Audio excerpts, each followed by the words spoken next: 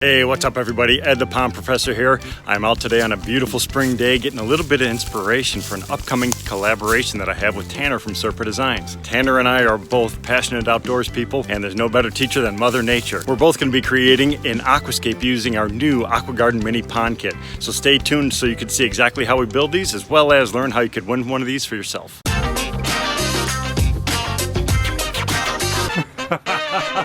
I am coming to you from Aqualand. We're in a quarantine mode right now, so it is kind of a skeleton crew working here. But what we're doing is a really cool little project. So we're trying to come up with a unique way just to have a little family fun. What we're going to be creating is an AquaGarden mini pond kit. What I love about these is you can put them anywhere. And on top of that, not only is it a cool project, but we're working with one of my good friends, Tanner Serpa Designs. So Tanner, I met him last year. We did an incredible project for him out in Pennsylvania. As soon as I started talking with Tanner, we hit it off just like that, because the way we look at stuff is very similar. We love to look at biomimicry techniques. We're looking at the way natural habitats are found out in nature, and then we take those things and we recreate them in miniature scale. Now Tanner does it in a really miniature scale. He does these really incredible terrariums, paludariums. He does all types of incredible stuff on a small scale. I'm smaller than nature, obviously, but I'm doing larger pond systems. So I'm doing full-blown backyard aquatic habitats. What we're going to do today is kind of a melding of these two different disciplines. This is going to be a fun day. So where this idea came from, I just was out in the woods with my son the other day. We were kind of hiking around through the woods, little creeks, and all that beautiful growth is starting to pop up. So all of a sudden the creativity starts to kind of turn inside of my mind. I'm like, oh my gosh, we could totally recreate one of these little things on a miniature scale.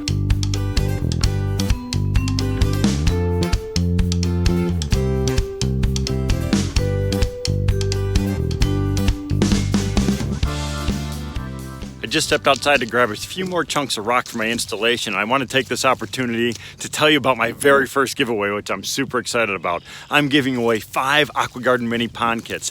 Tanner will also be giving away 5 mini pond kits on his channel as well. Check out the link below for more details, and be sure to tag us in any of your creations. So let's go over a list of things that we're going to need today. AquaGarden mini pond kit. Decorative plants. Moss will help soften everything up, and you can find this stuff anywhere. Driftwood or stumps are a beautiful addition. It doesn't have to be this size, but I happened to find this one with my son, and I thought it was just perfect for this project. I picked up some nice aquatic plants. This was from a local aquarium shop because most of the nurseries really aren't ready yet for the pond season, so this was a perfect way to get the appropriate plants for this project. All right, let's open up our AquaGarden mini pond kit here. This is gonna have all the different components inside of it. So it's gonna have the pump, it's gonna have the filter, it's gonna have the decorative gravel, everything that we're gonna need for this project, other than all those different little decorations.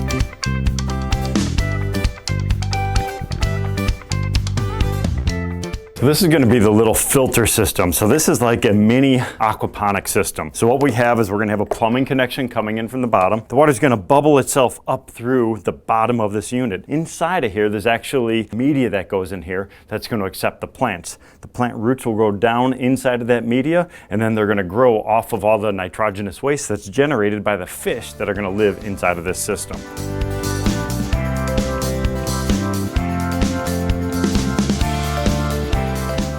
All right, we've taken everything out of the box. This is the main basin itself. It's a decorative molded basin. This is actually the water holding device. So all the water is going to sit inside of this. It has a beautiful texture on the outside of it. And then inside of that, we're going to have our filter. We actually have a pumping system as well. The water is going to get pumped directly into the bottom of this unit right here. So what happens is the water comes, it gets discharged out of the bottom through this little baffle type system.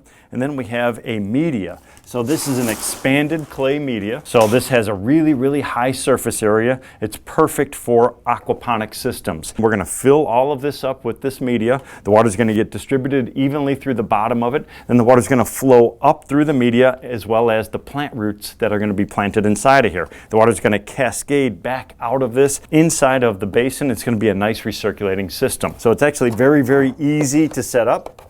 So all this just kind of snaps together. The pump's going to sit down on the bottom. And then we have some of the decorative river rock that comes with the kit, so you could decorate it any way you desire. The way we create all of our kits is very simple. We try to put everything together that you're going to need to create the system.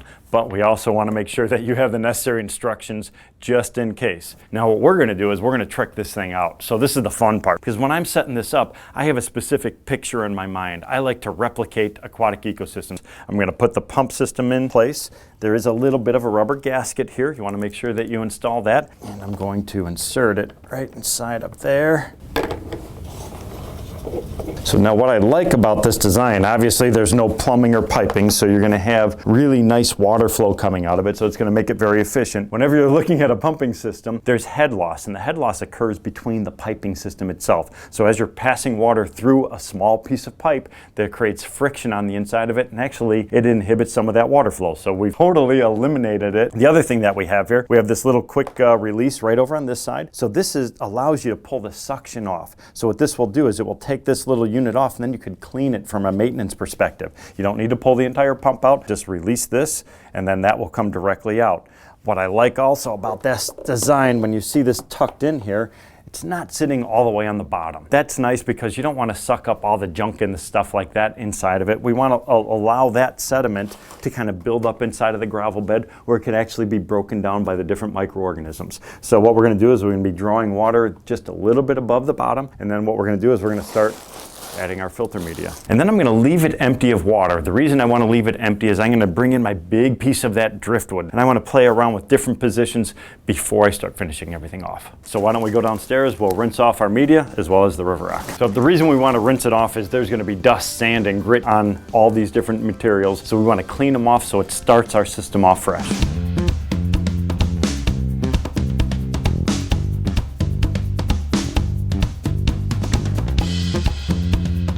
All right, we've rinsed off our media. We're just gonna install it down here in the bottom. So we have a couple different types of gravel that are going inside of this.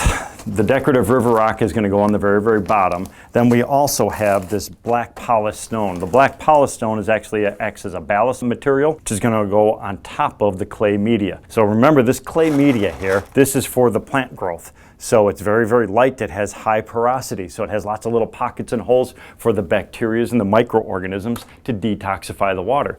The black river stone is actually just going to top it off, keep that material from floating up, and it's going to dress up everything around the aquatic plants.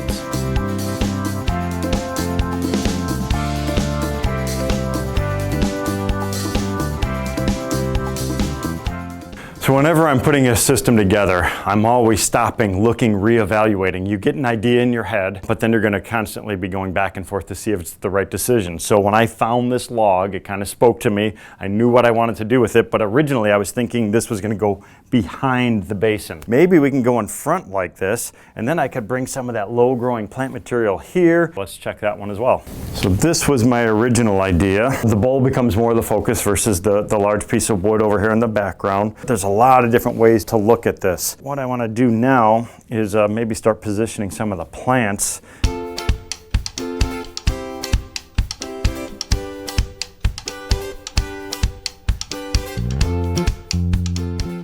So as a last minute decision, I decided to go ahead and grab a few rocks. The reason being is we're not digging into the soil to set this stuff up. This is designed to go on a patio, deck, terrace, or something like that. So everything's going to be built above grade, which is why we have a self-contained unit that has its own self-pumping system, filters, and everything built inside of it. It's designed to be held on top of something. So what we're trying to do is just try to blend it all together. So normally, imagine this being a patio, we would use potted plants for all this. This is going to be annuals, different types of decorative plants. Could change it out seasonally, whatever you desire. So a few rocks are going to help disguise up some of the potted areas, and then we'll finish dressing it up.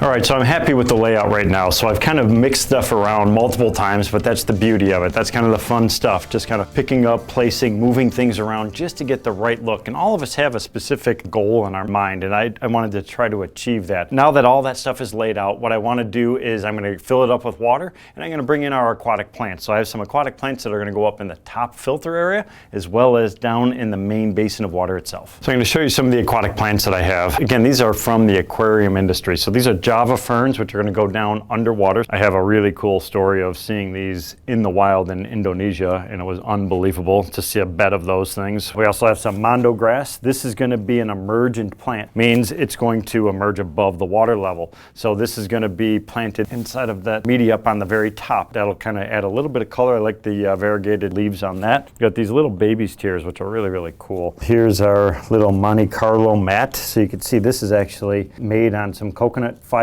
and then it has like a metal wrapping around it to anchor it down. So that's going to go down in the very, very bottom of the pond. The mondo grass I'm going to put in here. You can see this is bare root. So the idea behind this, there's no soil or anything on these plants. What we want to do is we want to force them to absorb their nutrients from the water itself. So the water is going to get nutrients from rainwater that can come into it. It will also come from fish waste, frogs, whatever happens to be living inside of here. They excrete ammonia.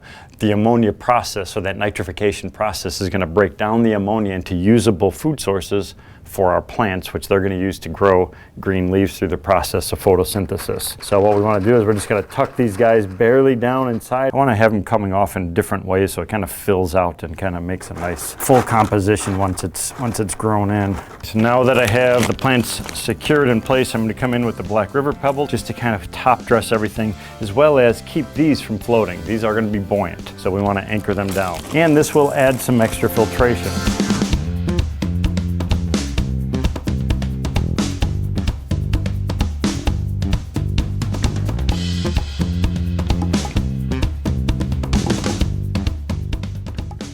I'm thinking we might need another piece of wood, but we have all of this driftwood here in the front, ferns, we have aquatic plants. I'm thinking of something kind of cutting across at an angle right over in here. It'll help maybe disguise a little bit of that pump and add a little bit of extra layers inside of it. Depending upon the different types of species of fish we're going to put in here, it's going to create little pockets and things like that where the fish could hide, and it will create that extra layer where I could put some other different types of aquatic vegetation inside.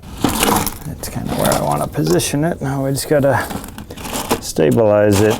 Whenever I'm placing rocks, you try to have a naturalistic type of an approach. So it should be somewhat kind of random, but it should also be structured. You don't just want to throw them in place, because when you look at rocks in nature, there's like usually a rhyme and a reason for them. You may have a big rock, and then at the base of that, I'm going to put some smaller ones. And that's because usually when you have a big rock in a river system or something, there's going to be slower water velocity going around the base of it, and it usually allows for smaller rocks as well as sands and things like that to accumulate. So I'm going to take some of these rocks, and I'm just going to kind of position a cluster of them down below. I'm going to take some of the smaller rocks and kind of blend them in.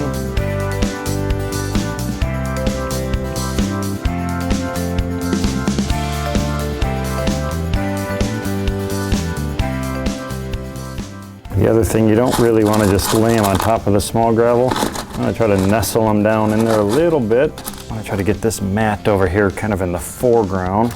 And I'm just going to pull some of that gravel aside a little bit, sink it down in there. And then I want to get these Java ferns. I want to try to blend them back into that fern over here.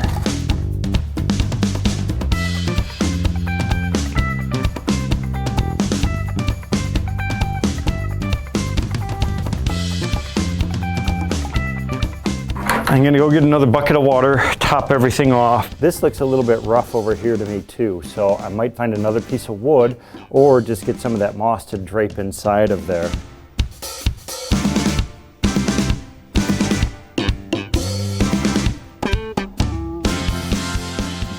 So the way this is set up, you could obviously see the waterfall coming out. The lower the water level is in your basin, the bigger the waterfall and the louder the sound. So you could actually play around with it, depending upon whatever you like. So if you want more of a waterfall, have less water in it. If you want less of a waterfall, you can keep it more full of water, which would allow you to have a greater volume of water for certain types of fish. I think we're ready to turn this on.